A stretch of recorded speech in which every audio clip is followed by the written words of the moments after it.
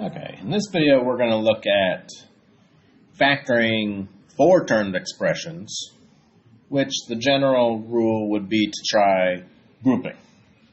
So if we kind of refresh our memory on some of the steps that we can use to factor, we want to try to factor out a greatest common factor if possible.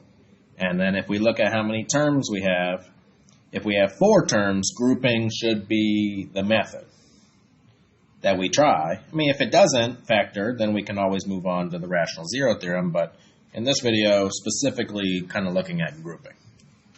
So let's look at this one.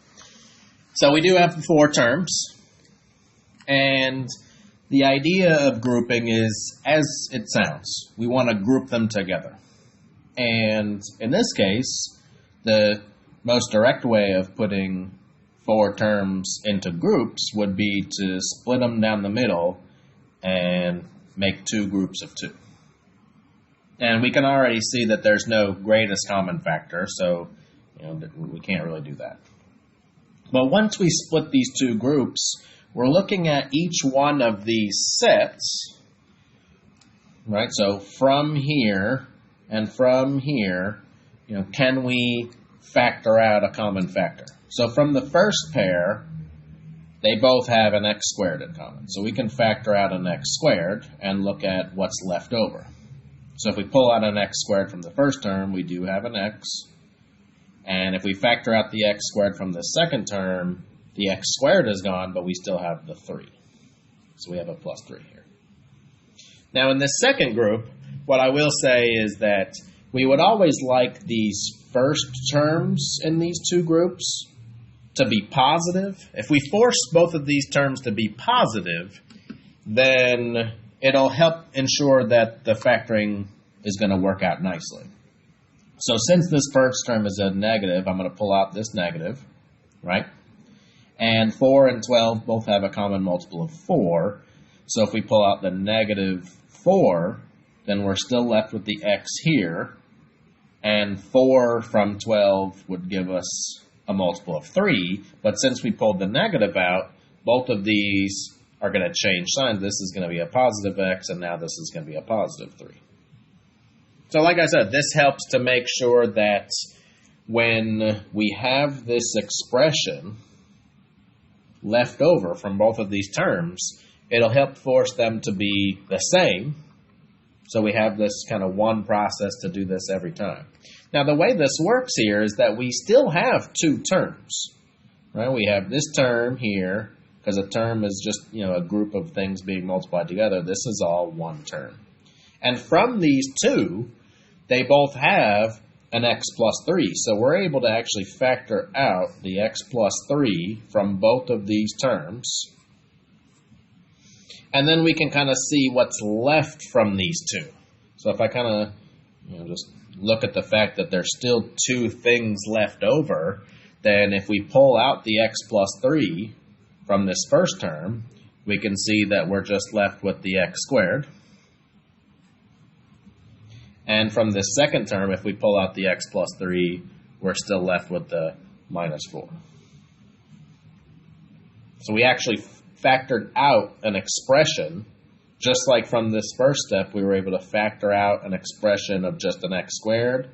And from this second set, we were able to factor out a multiple of 4. Well, from these two, we can factor out a whole multiple of x plus 3.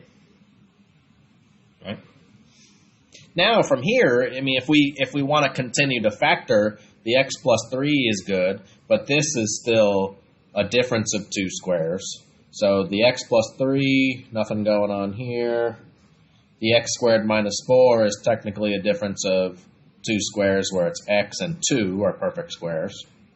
So it would be x plus 2, x minus 2. So we actually talk about difference of two squares in a different video if you want to watch that to kind of go over that. But we have factored this guy down as much as we can using grouping. All right, let's try another one. Okay. So, same idea. We're being asked to factor this. So we're going to try to factor out a greatest common factor if we can, which in this case, 9, multiples of 9 are only going to be 1, 3, or 9, which isn't going to factor into 4 or 8 or 18. So this one, and this guy doesn't have an x, so we can't pull out an x. So since it's 4 terms, we will try to group. So again, if I split them down the middle and kind of consider them as 2 separate groups here, we can see that, again, we can pull out an x squared from this first set, but we can also pull out a 4. 4 goes into 4 and 8. So I'm going to pull out a 4. And then I'm left with, the 4 came out, we pulled out 2 x's, but we still have 1x as a multiple left over. The x squareds are gone, and if we pull a 4 as a multiple from 8, we're still going to be left with 2. So it'll be minus 2. And the good thing is we can always check, if we redistribute, then we should get these 2 terms that we started with. So 4x squared times x is 4x cubed. 4x squared times negative 2 is negative 8x squared. So again, when we group these 2, we want this guy to be a positive. So I'm going to pull out the negative. Now 9 and 18 both have a common multiple of 9. Can't pull an x out. So he's just going to have his x left over because the 9 got pulled out. If we factor out the negative, then it's going to change this sign, right? 9 goes into 18 twice, so it'll be a negative 2. And then we can see that we have these x minus 2's in common again. So again, from these 2 terms, right, because they're all sets of multiples, we can factor out the x minus 2. And then we would be left with still 2 terms. It's just what's left in these 2. So again, if I look at this first group, if I factor out the x minus 2, we're left with the 4x squared. If I factor out the x minus 2, we're left with the negative 9. And then we would want to see if we can factor any further. The x minus 2, nothing can happen. Again, since 4x squared and 9 are all perfect squares, and they're being subtracted, this again is a difference of 2 squares. So 2x squared would be x squared, and 3 squared would be 9. So this will be 2x plus 3, 2x minus 3. So there we go. Factored by grouping, grouped them up nicely. All right. So here I want to try something a little bit more complicated. So this is probably going to be, for a lot of people, the barrier between, if we try grouping and it doesn't work, then we might just jump to the rational zero theorem. So this is another way you could attempt to group. But if you find that this is more complicated than you want to, be willing to tackle, then we could always just try the rational zero theorem here. Okay? So the idea is that if we try to group them, right? If we try to group them, like we did, we could pull out an x squared again, and we would be left with x minus 2. And here we don't want this guy to be negative, so if we pull out a negative... Now 5 and 6 don't have a common multiple, so the only thing we'd be able to pull out is a negative 1, which is fine. But we would still be left with 5x minus 6, and since these two aren't the same, then we really can't do anything from here. So you can see that this method fell apart, so we could either, again, jump to the rational zero theorem, or here I'm going to try to take another kind of more complicated spin on this and see if we can make this work. So I'm just going to rewrite this. We're going to try something a little different. Okay. So what we're going to do is here, the method that we were just doing, we attempted to create 2 groups. 2 groups. And if you noticed from some of these past examples that we just did, if you noticed, one of the group was like a quadratic, because we factored out like a single multiple of x, and we were left with a quadratic. But each of these, the quadratic was just a two-termed quadratic, right? Which is fine if that works out, but in this case, we can see that it doesn't. So instead, if we can try to make a group where the group is a three-termed quadratic, then maybe we can get this guy to factor. So here's what we're going to do. We're going to, instead of split them down the middle and make two groups, we're going to kind of do like the AC method, kind of break apart, where we're going to try to take this guy and this guy, these two middle terms, but we're going to actually split them both and try to create like three groups. Now it seems very complicated, and in comparison to what we've been doing, it's much more trial and error. So again, there's not really any kind of way to anticipate what's going to work here. Okay, the first term is going to be dropped down, no change. The last term is going to be dropped down, no change. So it's got that feel of AC method, if you remember the AC method that I showed in another video. But we're going to try to create four values that, when we put them together, would still come back to negative 2x squared, and two values here that we'd split apart that still could be added back up to negative 5x. But then we can create like three groups. And the same idea, we would want each of the groups to have the same factor or expression that can be pulled out. So how are we going to do this?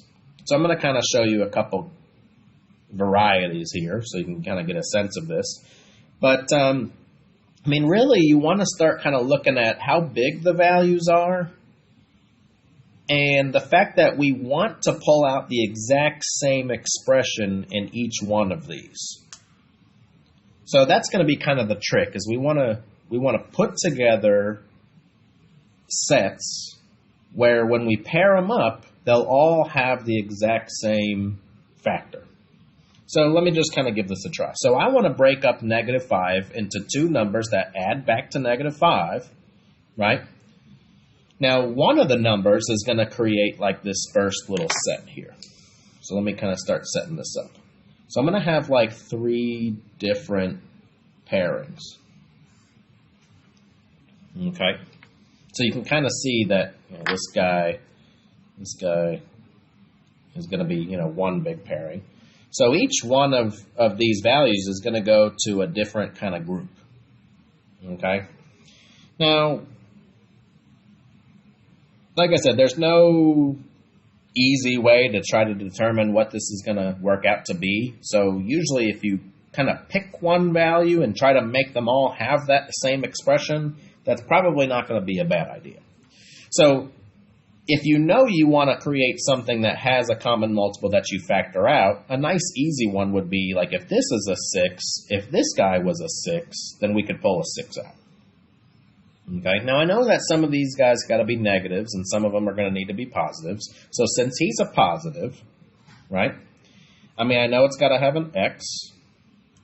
So if I want to make this a 6, I could pull a 6 out as a common factor, right?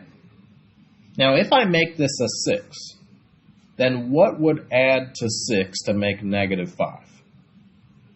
So this would have to be a big negative number, because I want to add 6. So this would have to be a negative number that's 5 larger than negative 6, like negative 11. And these numbers are going to get kind of big here. So I can kind of see that 6 is going to be overwhelming if I look kind of as I move down the chain here. But if I make this a negative 6, then the numbers stay pretty small. If I want to know, what would I add to a negative 6 to make it a negative 5, well, that would just be a positive 1x. So, x minus 6x makes negative 5x. So I know that these two can be going back together to create this guy, right? So if I look ahead here, if I pull out a 6, I want to have like these guys need to have a common multiple of 1, having a 1 left over. So these two numbers need to be the same. So if this is a 1x, then I need this guy to also be a 1. Now, since he's an x squared, he's obviously going to have to be x squared, right? So both of them have a common multiple of 1, so if I factor it out, I'll have like an x and a 1 left over, which is good. But I need to make sure the signs match up. Here I know I'm going to pull out a negative from the same type of grouping, right? So if he's a positive, he needs to be a negative. So if he's a positive, then he needs to be a negative. So now the exact same expression would be left over if I were to factor something out.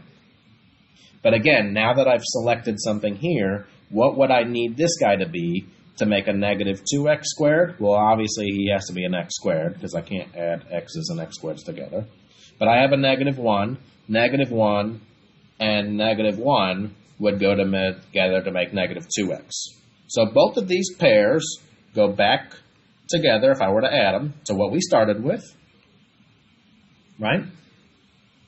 And I've kind of split them into 3 groups, and then we can see how this works, right? So if I group them up here, we can see that from here I can pull an x squared out, right? If we factor an x squared out, we would be left with an x and a -1. Now again, we don't want this first guy to be a negative, which is good because if we pull a negative out here, then this guy is going to be negative. These are all going to start matching up, right? Same thing here. If I pull out a negative here, right, then this guy's going to be negative because I need all 3 of these to be the same. So here I can pull out an x because he only has a single degree of x. He'll have just an x left over because x times x is x squared. And if I pull out this x, I'm left with a 1. So remember, you can always check it. X squared times x is x cubed. X squared times -1 is -x squared. If I pull out the negative x times x is -x squared. Negative x times -1 is positive x. But we can see that we're looking pretty good here. This might be working. So if I can get this guy to be a -1, then this is a success. Now, we already knew that we could pull a 6 out because we kind of forced this guy to have the common multiple of 6. So that'll, again, leave us with an x. And if we pulled the negative out, that's going to change the sign. So 6 times 1 would give us a 6. So now you can see that from these 3, right, again, the same idea of the regular grouping is that we want an expression that's the common multiple in each one. So since all 3 of these has an x minus 1, we can actually pull out an x minus 1 from all 3 of these groups. So again, we can see that we'll have 3 things left over, something from each group, right? If I pull out the x minus 1 here, I'm left with an x squared. If I pull out the x minus 1 here, we're left with a negative x. And if I pull out the negative x here, x minus 1 here, we're left with a negative 6. So we did it. We can see that we have this 3-termed quadratic that came from our 3 groups. Of course, if this guy can factor, we would want to do that. The x minus 1 is still hanging out here. And then you could use AC method, guess check, whatever you got going on here. But we know if it does factor, it's going to factor into 2 binomials, right? And I know that x minus 3 and x plus 2 would not only give us a negative 1, but it'll multiply to make a negative 6. So there we go. We were able to get it to factor. So I know that's a lot. So what I want to do here is I want to actually go through this again. Because I grouped it in a very specific way so that we get these things to work out to have the same expression. But it's not just the one single value that we could get, because we know that the multiples could be any one of these. So how you group them kind of just depends on how you see the values and how they work out. So what I want to do real quick is just look at, if we took the same thing, I'm just going to kind of pair them another way. So you can see that, you have some options here. Because just like any sort of factoring, you could factor it one way and the person next to you could factor it a completely different way, but still get the same answer. So I'm going to kind of do this again. So again, I'm going to split the two middle numbers. Okay? Now this time I might say, well, 6 has a couple of different multiples. I mean, we did 6 in the last one, but I could always use like a 2 or a 3 as a possibility. And of course, if we can make the rest of them work out, then this would be great. So here I'm just going to say that, 6 has a multiple of 3. I'm going to try to make this guy into a 3x. Right? So this is where what I want for my pairing here. And maybe it'll work and maybe it won't. Again, it's kind of a trial and error. So if you don't like the whole trial and error kind of option, then, this method really isn't going to be for you. And it's definitely going to be something that you would have to kind of practice and sort out. Okay? So whatever you make as a selection here, you know that whatever you add to this, it needs to be back to -5. So what can we add to 3 to make -5? That'd be -8x. And remember, since this guy is an x, these two have to be x's. Right? Whatever this guy splits into, it's going to have to be x squared, because this guy's an x squared. I know both of these are going to be x squareds. Now, if this is twice as large as this guy, then we know that this one, this 8, has to be twice as large as this, because otherwise they're not going to match up. So I have to have the same kind of ratio as we move along in each of these. So if this is twice as large as this, right, 8 is twice as big as 4, but I need the signs to match up. Right here, they're both going to be positive. If this one's negative, I'm going to need to factor out the negative to make them both positive, just like this. So I'm going to make this guy a -4x, because I know I'll pull out the negative, and these two will match up. So these guys are working out pretty good. If I can make this one, then we have something good here. So again, what would I need to add to -4 to make a -2? Well, it'd have to be a +2. Right? Because 2x squared minus 4x squared is -2x squared. We can see that -8x plus 3x is -5x. This guy is again twice as large as a ratio to his first multiple. So this is actually looking pretty good. So from each one of these, right, I can pull out an x squared, which will leave us with x plus 2. Since this guy's negative, I definitely want to pull out a negative. 4 is a common multiple here, so I would be left with, I can pull an x out as well. Pull an x out. So then I would be left with the x. Since I pulled the negative, this would be now a positive. 4 goes into 8 twice, so we can see this ratio is still working out. Again, we can pull a 3 out, a positive, right, because they're both positive, so that's good, which will leave us with x plus 2. So again, from each one of these, we can pull out the x plus 2, and then we can look at what would be left from each of these 3. So from each of these 3, if we pull out the x plus 2, we're left with the x squared. If we pull out the x plus 2, we're left with the -4x. And if we pull out the x plus 2, we're left with the positive 3. Now that we got this guy, we're going to see if this quadratic can factor down. Of course, the x plus 2 still hanging out. 3-termed expressions have the ability to factor into 2 binomials. It's got to be x times x to make x squared. The only multiples of 3 are 3 and 1. In order to make -4, they both got to be negative, right? And negative times negative is a positive, so we see that it works. So we got the same thing. They're in a different order. That doesn't matter. The order doesn't matter because they're all multiplied together. Multiplication is commutative. So we were able to kind of think of two different ways of kind of setting up this kind of ratio is a good way to think of it. Like how much bigger or smaller does this one need to be to make this one so that you have like a guide to move you through the rest of them. So let's try a totally different one. All right, let's try a totally different one. So here what I would say is if you want to try this, then just pause this here and make an attempt. Right? See about breaking it up. Test a couple of theories to see how this is going to work out. And then you can check with me on how I work it out. And see if you get the right answer at the end. If you're struggling to kind of get things going, then you can kind of watch and see how I did it. Alright. So again, if I try regular grouping, I'm going to see that, with the 6 and these 8 and 17s, it's not going to work out. Oops, oh, that's supposed to be a square. There we go. Okay. So, I'm going to leave the first term. I'm going to leave the last term.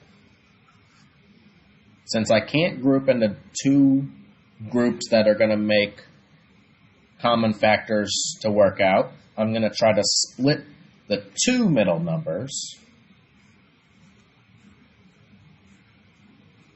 and try to create three groups. Right, so setting them up here. This is what we're going to do. Now, again, strategy-wise, I know this number is a little bigger than the others, right? So using like an 8, or some, ratio of like 1, or making this a smaller ratio than this might turn out to be not good. There's really, it's kind of hard to justify what's going to work or not work unless you're pretty good at just kind of sorting the numbers out. Okay.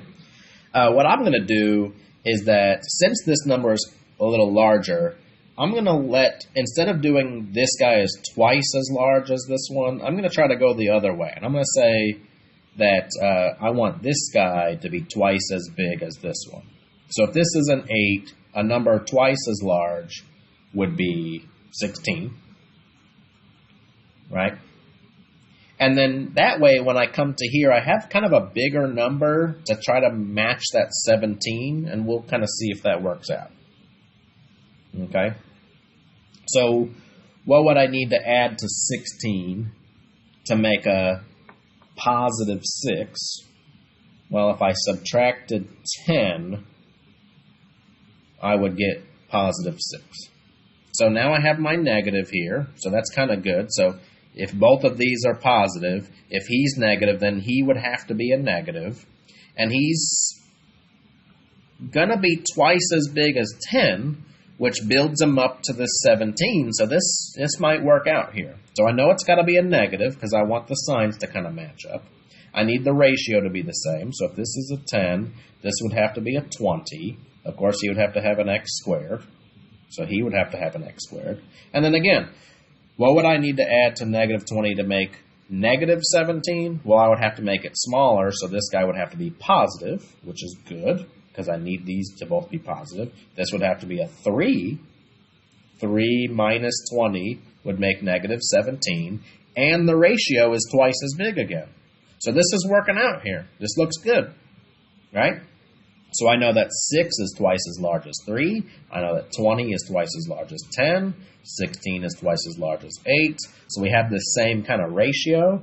If I start factoring out common multiples, I can pull a 3 and an x squared out. All right? 3 goes into 6 twice, so there's the number that's twice as large as the 3. So this will be a 1. So there's that 2 to 1 ratio we were talking about. Here I'm going to need to pull that negative out. Both of them had a common multiple of 10. And I can pull an x out. So this will be left with the 2 to 1 ratio, as we were talking. 16 and 8 have a common multiple of 8. That'll leave us with that 2x plus 1 again. So we found something that works here. So again, from each one of these, we can actually pull out the 2x plus 1, right? So if we pull out the 2x plus 1, right, we're left with something from each one of these terms. So we better have 3 things here, right? Just kind of keeping track of everything. We know that if the 2x plus 1 is gone, we're left with the 3x squared. If the 2x plus 1 is gone, we're left with the negative 10x. And this will leave us with the plus 8. Great. So this guy, nothing going on here. He can't factor. This guy may be able to factor. Keep in mind that if he doesn't factor, we could always use quadratic formula and try to grind them out, right? If he is going to factor, again, 2 binomials, it would have to be 3x and x, because that's the only way to make 3x squared. If you want to do AC method here, of course, your method would be a little different than what I'm doing. I usually like to do the guess check method. Okay, so I'm looking for multiples 8 that would go here and here. I know if I did the 4 times 3 is 12. 4 and 2 make the 8. So if I want a negative 10, the 12 would have to be negative, the 2 would have to be positive, and then positive times negative would be a positive. Whoops, I needed this guy to be a negative. No, that's not right. So we can see that that's not going to work. So we would need 3x and x. If we put the 2 here and the 4 here, there we go. 6 and 4 can also make 10. So negative 6 and negative 4 would make the negative 10. And then negative times a negative is a positive. So just always be careful to check that positive, right? So this worked out to be, there was 2 different ways to make that negative 10, but that one didn't work. Of course, 2x plus 1 still hang out here. So there we go. We did it.